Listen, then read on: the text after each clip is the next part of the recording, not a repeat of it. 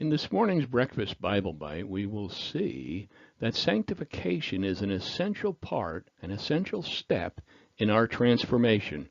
1 Peter 1:7, that the proof of our faith being more precious than gold, and like gold, even though it is maybe tested by fire, it will not lose its luster.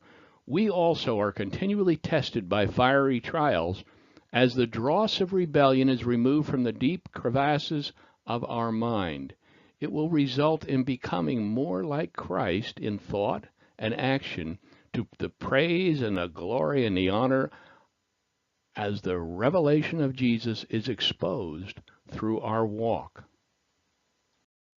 Have you ever wondered about why, after our baptism with the Holy Spirit, God has allowed so many trials to come our way? It is so that we may be remade and restored, becoming as Adam was before his rebellion. We are being restored to the very image of God, body, soul, and spirit.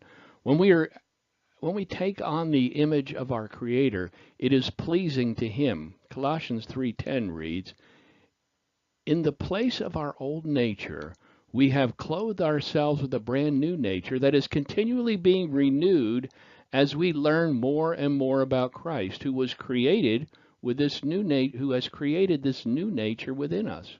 The Spirit inspired Paul to record in Ephesians 4:22 through 24 that we are to throw off our old sinful nature and our former way of life, which is corrupted by lust and deception. Instead, we are to let the Spirit renew our thoughts and attitudes, put on the new nature created to be like God, truly righteous and holy.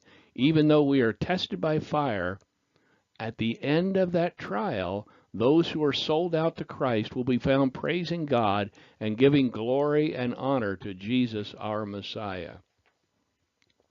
Here in 2 Peter 1:4 is God's blueprint for our reconstruction by the power of His indwelling Holy Spirit. And because of His glory and excellence, He has given us great and precious promises.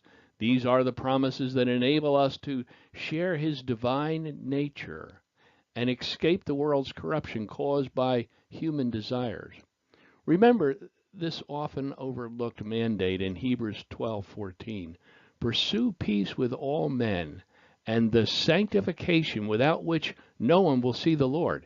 Here's the how of it in 2 Corinthians 7:1. The Spirit empowers and sanctifies, but it requires our participation with His Spirit. It reads, "Therefore, dear friends, since we have such promises, let us cleanse ourselves from every impurity of the flesh and the spirit, completing our sanctification in the fear of God."